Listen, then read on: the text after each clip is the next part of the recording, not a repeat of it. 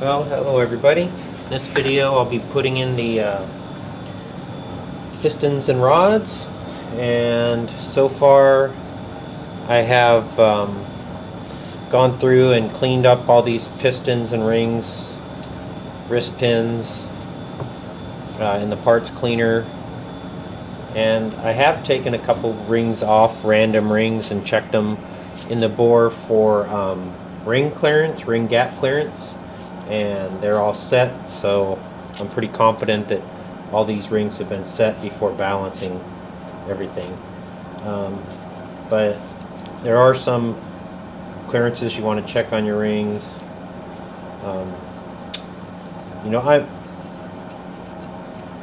I got these pistons and I have no idea of what brand they are or anything, but in my books, the Flathead, there's a side clearance for these rings, and it's 0.0015 to 3, so my smallest is 0.0015. I tried a 3 and it did not go in. The 0.015 does go in, and it feels like a pretty good fit, so the 2000s feels pretty tight. So the side clearance is good, and that's how you get that, the feeler gauge in there on the side. And then as far as the piston ring gap, I'll go ahead and pop one of these rings off and show you how to check that.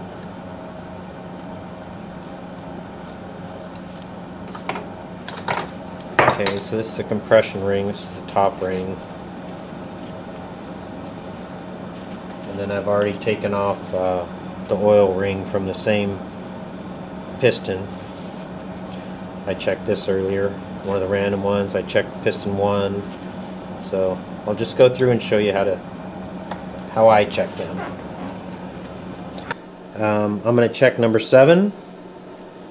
The pistons are labeled, what numbers they are. Front of the engine, this is 5, 6, 7. So I'm going to go ahead and there's a dot on these rings, which is the top. I'm going to go ahead and set that in the piston bore.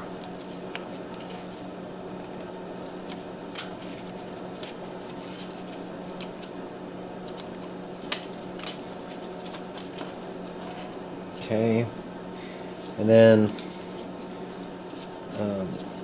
you want to square it in the bore, and you can use the piston to do that. So I just do it like that. And then there's the gap where the ring comes together, and that's where you want to measure. And the measurement's supposed to be between 10 and 17, so here's a 10. Then you slide the feeler gauge in that ring gap, and a 10 goes in there easily.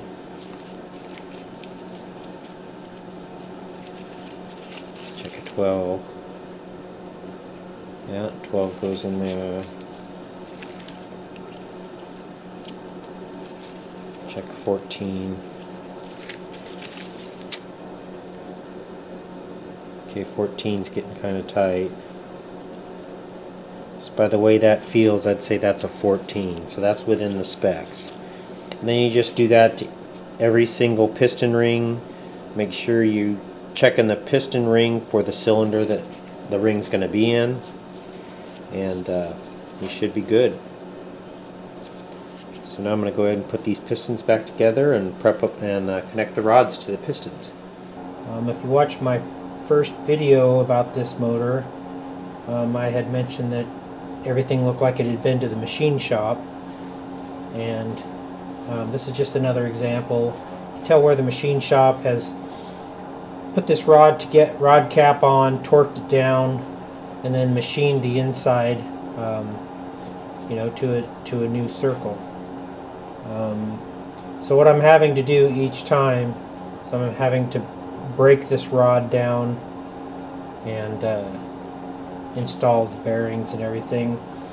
I did measure like I normally do, the rod bearing journal on the crank, and then I installed bearings in a rod and torqued them down and measured the inside, and then checked my bearing clearance. Everything is good. So I've just been installing all of them. So the first step is I have to break this rod down. Put them in my wood vise here. I don't really clamp them very hard. I'll go ahead and break the torque on these nuts.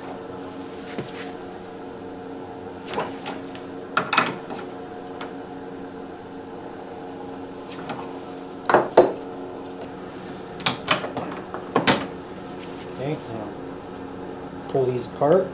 Gotta jiggle them sometimes to get them off because they're tight. There we go. And then the first thing I've been doing is checking the piston pin clearance and make sure that's all cleaned out.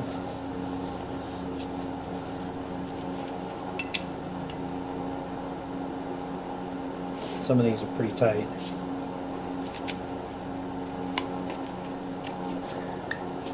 That one's not too bad. If I can push it through like that without a whole lot of effort, that's pretty good.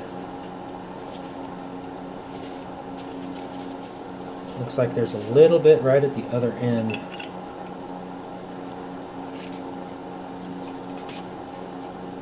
Right there at the end.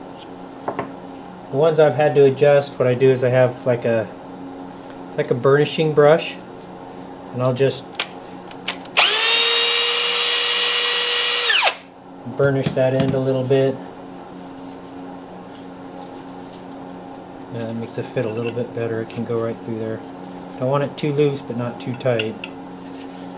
Alright, so that's good. Then I've been installing the bearings. Not much to it, just the tang in there.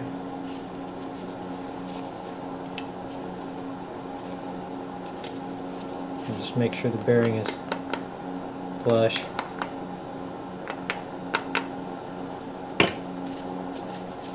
Alright, add a little assembly lube.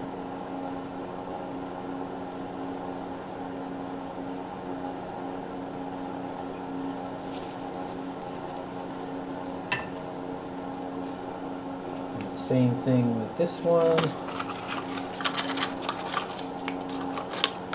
The cap.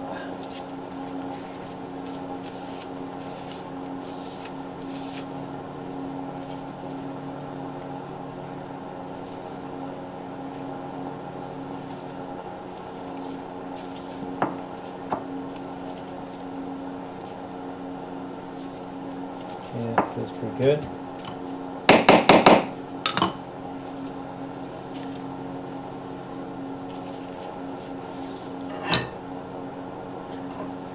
Assembly lube on the bearing.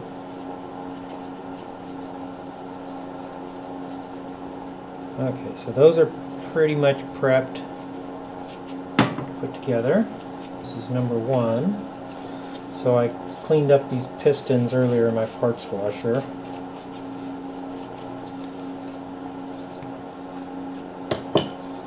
And I'll go ahead and install one of these snap rings. Snap rings keep the piston pin from going out either side. And of course these things just want to fly all across the shop and be lost somewhere. Put those in.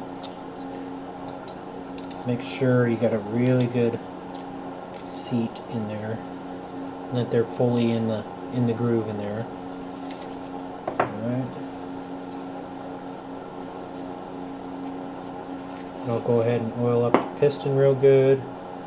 This is break-in oil I'm using. Don't have to use break-in oil, but that's what I'm using.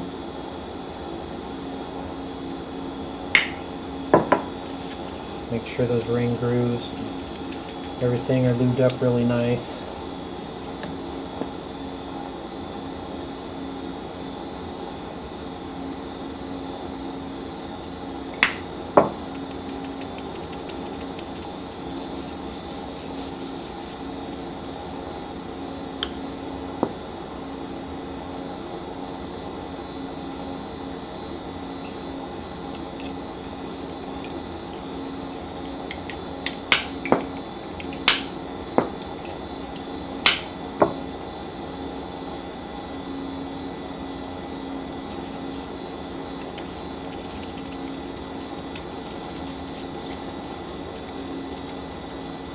Okay. And then you want to make sure, a lot of pistons have some sort of a mark on that goes towards the front of the motor. This one has them. So I make that towards the front of the motor, and then the tang of the rod I put towards the side of the block on the block side that the piston is going into. So I'll show you that, and put a little lube, a little oil in there. Roll up my wrist pin. Oops. Okay. So let me take you over to the motor. Cylinder number 1. So this is the front of the motor. Put the dot or the mark on the piston towards the front, and then on the rods the tang is on this side, so I want to put it down. So basically I show myself that that's the way it goes together. Take my piston pin,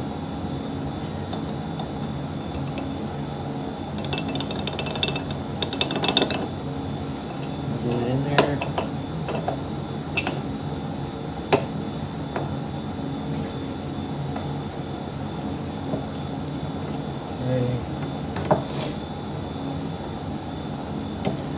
Make sure it's all the way down.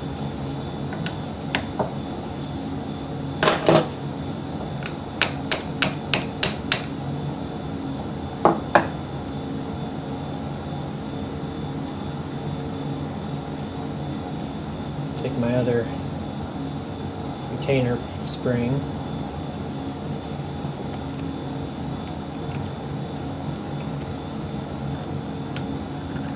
Make sure that's installed properly. Okay. Everything rotates good. I wipe down the cylinders really good, make sure they're nice and clean.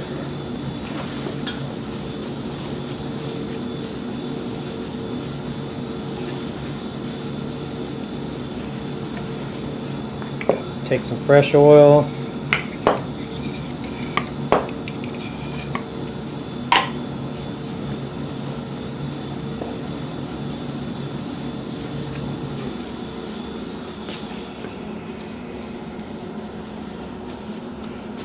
Okay, that cylinder is ready for the piston.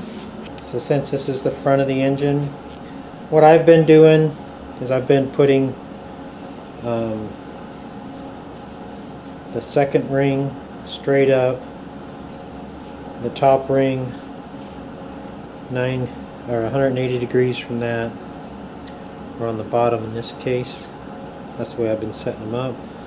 So you got the first compressor ring at the bottom, second compressor ring at the top, and then this extra oil one is at the top also. And there's this oil one also, which is just there, I don't worry about it.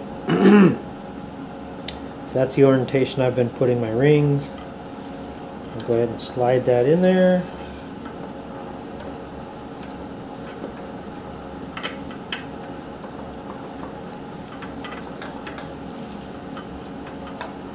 Put it in there. Okay.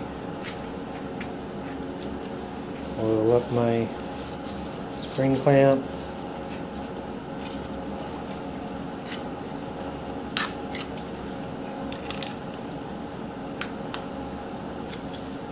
Loosen it up so it fits over the pistons, or the piston rings. Okay.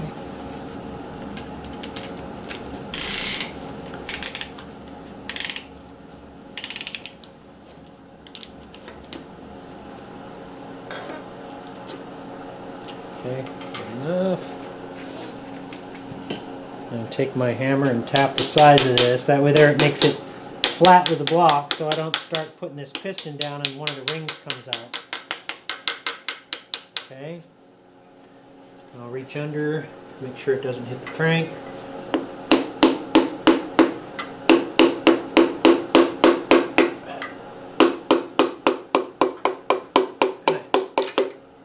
I set the crank to where the connecting rod journal is farthest away from this, so I can install that piston without hitting the connecting rod journal on the crank. Alright, then I can go ahead and roll the motor over.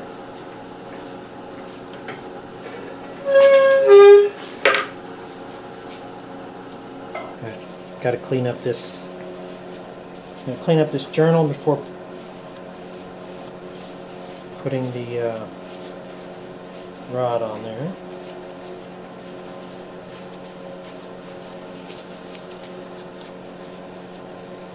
Okay. And assembly lube, of course.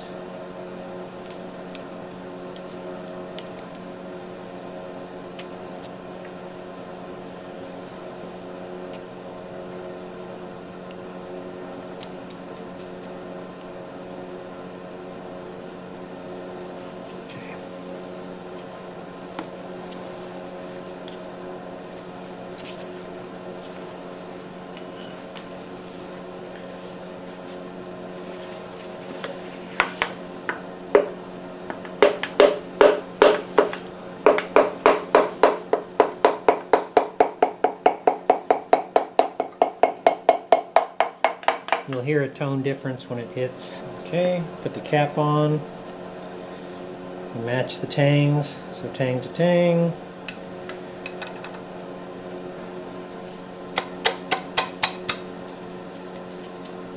There we go. So I always tighten these kind of finger tight. Make sure it still moves. And just draw them down together.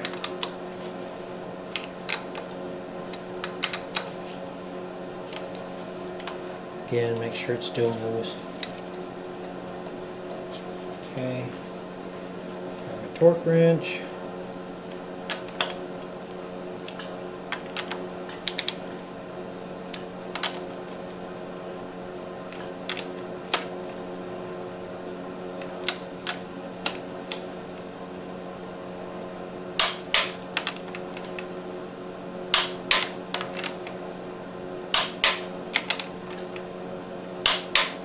Okay, they're torqued. And just make sure it still moves. Yep. Alright. Turn the motor over. Just make sure everything is smooth still. Alright. And then I'll set up that crank pin or connecting rod pin to where when I put piston 1 in, it's the farthest away from that. Or I'm sorry, piston 5. And then I'll do the same thing to the next piston. Spin it over a couple times, just see how it looks from the top.